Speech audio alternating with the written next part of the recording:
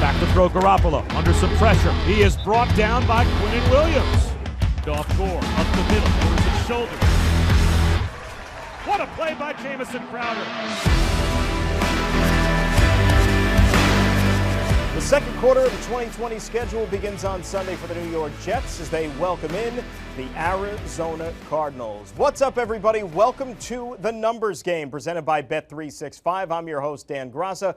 Pleased to be joined, as always, by my co-host, Cynthia Frelund of the NFL Network. Cynthia, good to see you with you. You ready for Week 5?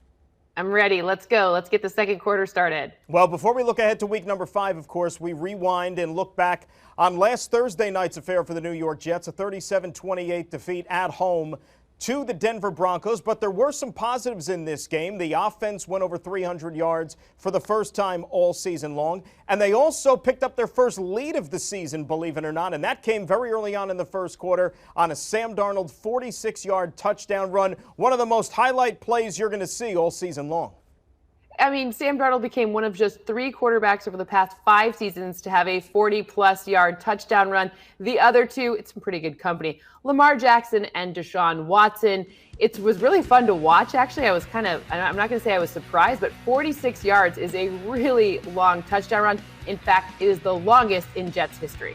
By a quarterback, and that was pretty impressive, certainly. And, you know, it was funny, as you were watching the play, you didn't know if Sam was ready to slide and maybe just go down after he picked up the first down. It looked like there were a couple of opportunities for that, but he kept on going. Broncos didn't feel like tackling him, and then Sam ended up taking advantage of it all the way for pay dirt. So those are certainly things that can galvanize a football team here. Unfortunately for the Jets, they weren't able to see it through. And also, unfortunately for Sam, Cynthia, he suffered a sack later in that quarter to where he banged up his shoulder, came back and finished the game, but he's not going to be able to play this Sunday, which means Joe FLACCO is going to make his first start as a member of the New York Jets. And we don't have to remind people, this is a guy who is a long-time accomplished quarterback in the NFL, and oh, by the way, a former Super Bowl MVP.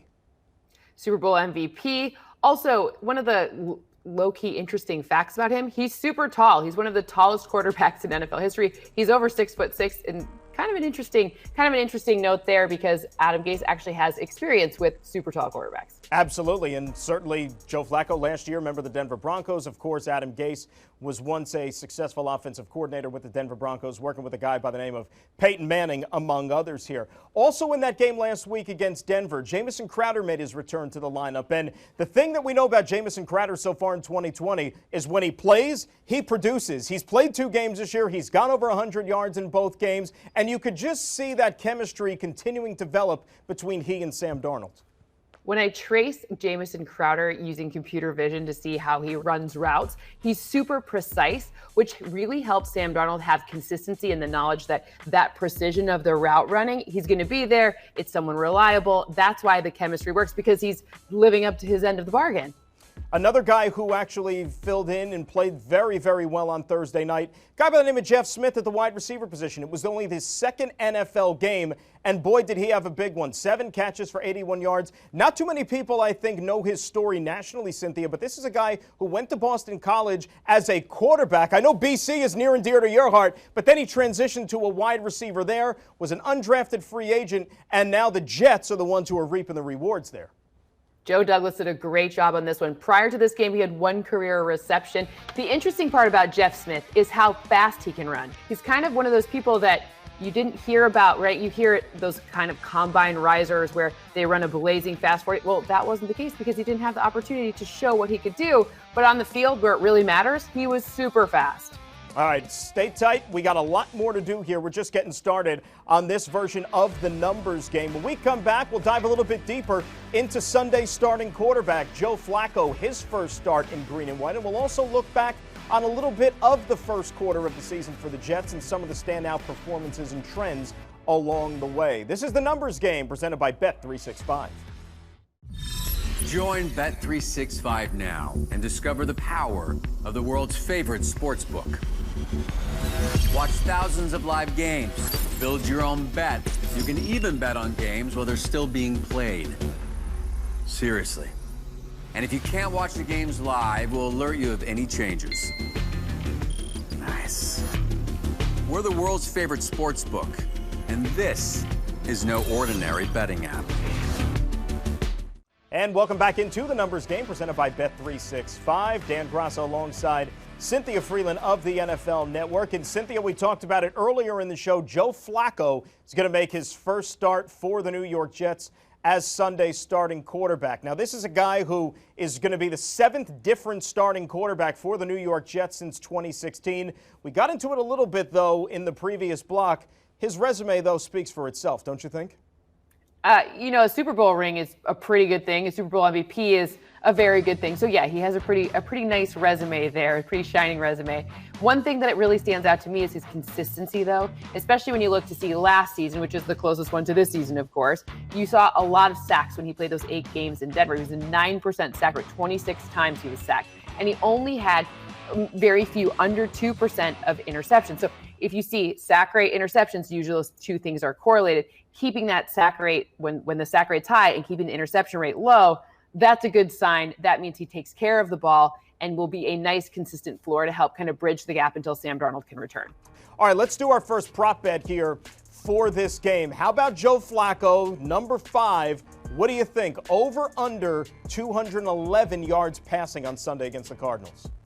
I have more than 211 yards passing projected for him. Why? Because I think those intermediate passes, probably to Jamison Crowder, are going to be very successful. I think there's going to be a good opportunity here to kind of those passing yards, right, to get first downs from shorter passes and maybe supplant, like use them as a run game supplement, right, to help figure out how to kind of jump past the pressure that the Arizona Cardinals front will bring. That's all right. Carolina, Arizona, they were in St. Louis. They were Chicago Cardinals at one point. It doesn't matter. They're going to be there on the field on Sunday. And you know what? I agree with you as well. I'm going over 211. I think that Cool Joe is going to have himself a pretty productive afternoon, especially against that Arizona defense, which has shown some cracks here in the early portion of the season, which we'll get to a little bit later on in the program. You mentioned Jamison Crowder. We know how productive he's been in the couple of games he's played this year. He will be on the field again on Sunday. So let's get right into another prop bet here for this one. Jamison Crowder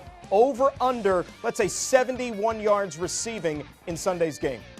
Easy peasy, that's an over. This guy's averaging 109.5. This is a game where the Jets need to figure out how to get those first downs. Where Jamison Crowder runs routes is a part of their defense that is very targetable. So I think Jamison Crowder over 70, easy. That could be like by 3 quarters alone. Let's do another over-under in regards to the offense, but we'll keep it just for the first 2 quarters. 30 minutes of football here. Over under 9.5 points for the Jets offense. What are you leaning towards?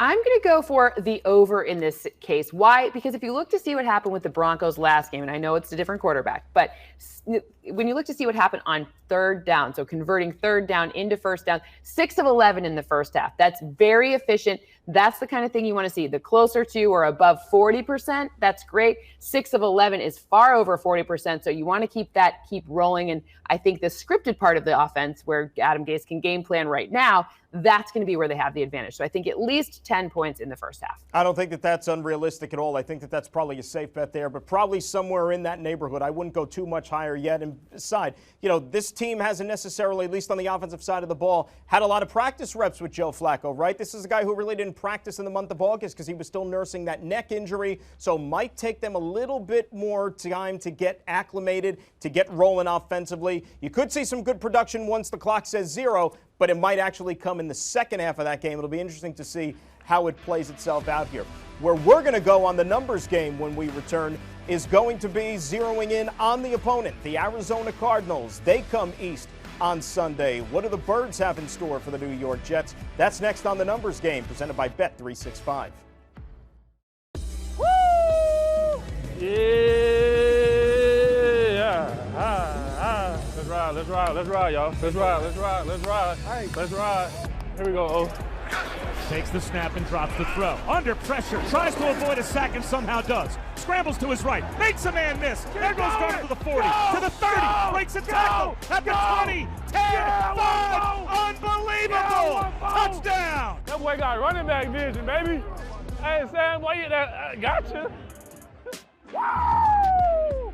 Y'all push to the poachers. Push to him. I'm grown. Go.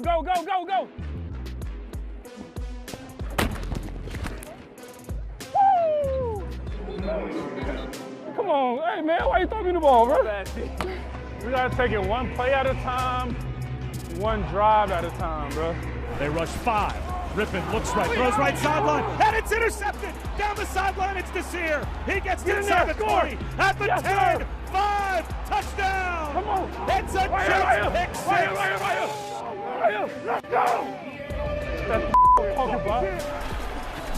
Play action, Rippon back to throw, pumps once, looks right, throws right, and it's picked up by Ryan Hood. Back-to-back possessions, the Jets take the ball away. Yeah, Julio. Yeah, Julio. And welcome back to the Numbers Game, presented by Bet365. Dan Graca alongside Cynthia Frelund of the NFL Network. And Cynthia, let's talk about the opponent here, the Arizona Cardinals. 2-game losing streak. Their record is even at 2 apiece, but they've got a pretty dynamic playmaker at the quarterback position. We're talking about the reigning offensive rookie of the year in Kyler Murray. The interesting part about Kyler Murray, when you look at his next-gen stats, last season he was pressured at the lowest rate in the NFL, just 13%. And again, this season, that number's actually gotten lower. He's ranks the lowest, under 12% of the time he's under pressure. So it's going to be a big key, because if you look to see what happened last season when he was under pressure, he had the second lowest passer rating under pressure. And this season, he's kind of tracking around that same thing. It's not quite as bad. It's 5 of 11, 45 yards and an interception under pressure. It's amongst the lowest in terms of passer rating under pressure. So it's going to be a key to keep him under pressure. Don't let him scramble, because, of course, that's what he does best. And that scrambling means he doesn't throw passes under pressure. That's where the Jets will have to focus. And one of the guys who's entrusted of keeping Kyler Murray upright is our old pal Kelvin Beachum, who's now starting on the offensive line for the Arizona Cardinals. Jets didn't have any sacks last week in the game against the Denver Broncos. That's something they're going to surely look to improve upon, as you said, in this game against the Arizona Cardinals. And you would think, okay, Arizona, the explosive offense, but for the vertical passing game, Kyler Murray, even though he's got a couple of very, very capable weapons at the receiver position, they haven't really had a lot of success when you're talking about the downfield vertical passing game, right? Yeah, Next Gen shows that he's only 3 of 14 for deep passes, so that's 20-plus air yard attempts. That's a very low number, and you know the number of touchdowns he has on deep passes? It's a goose egg. Even with DeAndre Hopkins, it's a goose egg. He has none yet. Kyler Murray has never had consecutive games where he had 3 or more touchdown passes. He had 3 in the loss last week to the Carolina Panthers. The Jets are hoping that that statistic is going to remain true at least for another week here. You mentioned the wide receivers that Arizona possesses. Yes, DeAndre Hopkins, who came over in an offseason trade from the Houston Texans, and a guy who's going into the Hall of Fame certainly on the first ballot whenever he decides to stop playing, in Larry Fitzgerald. This is probably as sure-handed a wide receiver tandem as any team has in the entire National Football League, and the stats show, Cynthia, they don't drop many passes, do they? Nope, they have just 4 drops, which is tied for 4th fewest in the NFL. Just for some context, the Jets have 7 dropped passes, which is 12th most in the NFL. That's a tie as well. So they don't drop a lot of passes. I mean, DeAndre Hopkins is one of the best at not dropping passes in the entire league, and he has been his entire career. Andy Isabella, who's from UMass and kind of a surprise, he's also been really good in this. He doesn't have any either. You look at the Arizona Cardinals on the defensive side of the ball. Chandler Jones is ferocious a pass rusher as there is in the league. He only has 1 sack so far this season, but he had 19 a year ago, so you know how dangerous he is. They're going to welcome Budda Baker back to the safety position. He missed last week with a thumb injury. Highest paid safety in the National Football League at that. But you see the difference when you look at Arizona, their defense in terms of points per game, the last 2 weeks versus how they fared the first 2 weeks when they won both those games. Yeah, the interesting part about the middle of their defense is the combination of Budda Baker and Isaiah Simmons. So that's going to be interesting because Isaiah Simmons, who you can maybe remember from Clemson, he was their first-round pick this season, or this past draft. The interesting part is how they kind of play more like an amoeba. It's not quite a straight position. They play a lot of different positions and rotate. This is something Adam Gase has seen quite often before, though, so I think he'll probably have a good plan for defending sort of a multiple. You see a lot of multiple defensive fronts. Well, this is a multiple defensive middle. Having a guy like Isaiah Simmons allows your defense to do those things because he is so versatile. He can play multiple positions. He is kind of like that hybrid type player. Just really has a tremendous skill set, and the Cardinals are certainly lucky to have him. Let's take a look at the upcoming schedule for the New York Jets. After the Arizona game, they're going to venture west for a showdown with Justin Herbert and the LA Chargers. Jets are going to have to make a few trips out to the West Coast this season.